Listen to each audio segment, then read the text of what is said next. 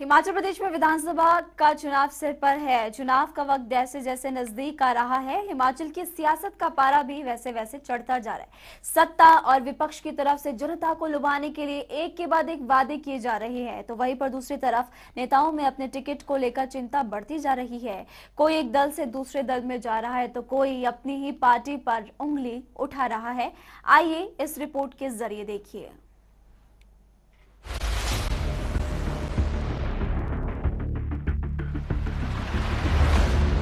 खेल और सियासत के पिच पर कब कौन कितना शानदार बैटिंग करे, इसके बस कयास ही लगाए जा सकते हैं। आजकल हिमाचल के सियासत के पिच पर कुछ ऐसा ही चल रहा है। सभी नेता और सभी पार्टियां अच्छी बैटिंग करना चाह रहे हैं। पवेलियन में बैठा विपक्ष अपनी सत्ता की बैटिंग आने के लिए भरसक कोशिश कर रहा है। वहीं सत्ता पक्ष भी अपने बैटिंग से दर्शक दीघा में बैठे जनता को लुभाने का कोई कसर नहीं छोड़ना चाहता। वहीं इन सब के बीच हिमाचल के सियासत में आजकल रोज वायदों का दौर चल रहा है। मुख्यमंत्री जयराम ठाकुर ने कैबिनेट मीटिंग में इतना तो साफ कर दिया कि पिछले 4.5 साल में जनता को लुभाने में जहां भी चूक हुई उन सबको पूरा किया जाएगा। बस इन सब के बीच नए आयुर्वेदिक कॉलेज से लेकर नई नौकरियों की बौछार लेकर आए। वहीं बागवानों के वोट बैंक पर पकड़ बनाने के लिए पुरानी सब्सिडी से लेकर जीएसटी तक में छूट दे डाली। जो है वो डिपो होल्डर पीडीएस का सामान बेचती हैं, पब्लिक डिस्ट्रीब्यूशन, उसमें जो कमीशन है वो आज तक बहुत कम मिलती है। अभी तक जो है, जो एग्जिस्टिंग है, शुगर के ऊपर 7.57 जो है वो कमीशन दी जाती थी, 7 रुपए 57 पैसे, ये बढ़ाकर के 50 रुपए कर दिए। प्राइमरी हेल्थ सेंटर खोलने के निर्णय को मंजूरी प्रदान की है, जिसमें जितने पद के लिए रिक्वायर्ड हैं वो क्रिएट भी कर दिए गए हैं और उनको भरने की भी मंजूरी दे दी गई है। सत्ता पक्ष बैटिंग कर नौकरी और नए संस्थानों को देकर बॉल बाउंड्री पर भेज रही है। अब इन वायदों के चौके छक्कों से जनता कितना खुश होती है, ये तो आने वाला वक्त बताएगा। लेकिन विपक्ष भी कहीं पीछे नहीं है। ये अलग बात है कि वो अपनी बैटिंग के इंतजार में अभ्यास कर संतुष्ट हो रहा है। नेता प्रतिपक्ष मुकेश अग्निहोत्री तो बार बार एक ही बात बोल रहे हैं कि जयराम सरकार के दरबार में चाहे जितना भी हाजिरी लगा लो, लेकिन ओल्ड पेंशन अगर कोई देगा तो वो सिर्फ कांग्रेस ही देगी। जयराम के दरबार में जितना मर्जी चले जाओ, जितना मर्जी हाथ फैला लो, लेकिन आपको ओल्ड पेंशन स्कीम देगी तो कांग्रेस देगी, हम देंगे।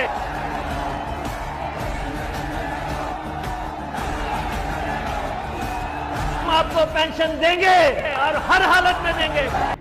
इतना ही नहीं, मुकेश अग्निहोत्री ने तो एक के बाद एक तक ऐलान कर डाले। इस बार उन्होंने महिला वोट को साधने के लिए एक बड़ा ऐलान तक कर दिया। अग्निहोत्री साहब ने कहा कि कांग्रेस की सरकार अगर सत्ता में आई तो 18 से 60 साल की महिलाओं को हर महीने 1500 रुपए दिए जाएंगे। ये तो शुरुआती वायदे हैं, आने वाले वक्त में देखेंगे कि और क्या क्या वायदे निकलकर सामने आते हैं। दूसरी तरफ विधानसभा चुनाव नजदीक हैं, सारे नेता कमर कस रहे हैं। कई ऐसे नेता भी हैं जो अपनी टिकट को लेकर आश्वस्त नहीं हैं। वो पार्टियां बदलने में देरी नहीं कर रहे। जहां कुछ दिन पहले बीजेपी छोड़ इंदु वर्मा समेत 4 बड़े दिग्गजों ने कांग्रेस ज्वाइन की, इंदु वर्मा ने तो ठियोग की सड़कों पर शक्ति प्रदर्शन भी दिखा दिया। वहीं कांग्रेस नेत्री प्रतिभा सिंह ने भी ये तक कह दिया कि चुनाव के वक्त जो भी हमारी पार्टी में आते हैं उनका स्वागत है।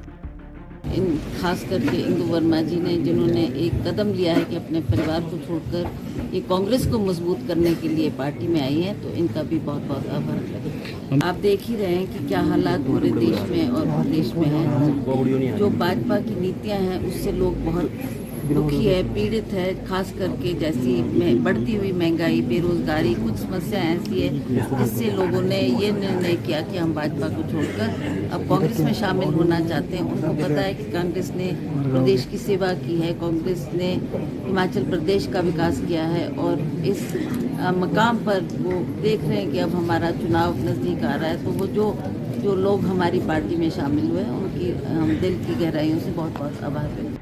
हालांकि कुछ कांग्रेस के पुराने वरिष्ठ नेता हैं जो नए नेताओं के आने से खुद को असहज महसूस कर रहे हैं।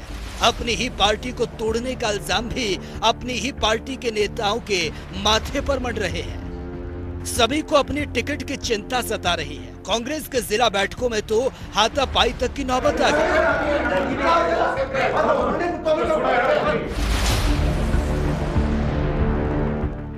कुछ कहते हैं पार्टी में नेताओं के आने से पुराने नेताओं में फूट पड़ी है, तो कोई कहता है कि सब कुछ ठीक है। ये रोज था मैंने ना चाहते हुए भी, हालांकि मुझे ऐसा नहीं करना चाहिए था एक वरिष्ठ पदाधिकारी होने के नाते, लेकिन मैं अपने आप को रोक नहीं पाया। पिछले काफ़ी लंबे समय से पार्टी के अंदर कुछ लोग जो हैं पार्टी को तोड़ने का काम कर रहे हैं और विधायक को जो है परेशान करने की कोशिश कर रहे हैं अपने ही पार्टी के। तो उस वजह से थोड़ा सा रोष गुस्से में आके आज पहली बार अपने 40 वर्ष की राजनीति में ऐसा गुस्सा मुझे आया और मैंने जो भी मेरे मन में आया मैंने बोल दिया। क्या बोला मुझे तो भी याद नहीं। वहीं अब आने वाला वक्त बताएगा कि आखिर किसके वायदों में जनता मोहर लगाती है या फिर एक बार जनता वर्तमान की सरकार पर भरोसा करती है। खैर ये तो आने वाला वक्त ही बताएगा। फिलहाल देखना ये दिलचस्प होगा कि और कितने वायदे होते हैं, साथ ही कौन किस पार्टी को छोड़कर कहां जाता है। ब्यूरो रिपोर्ट, जनता टीवी।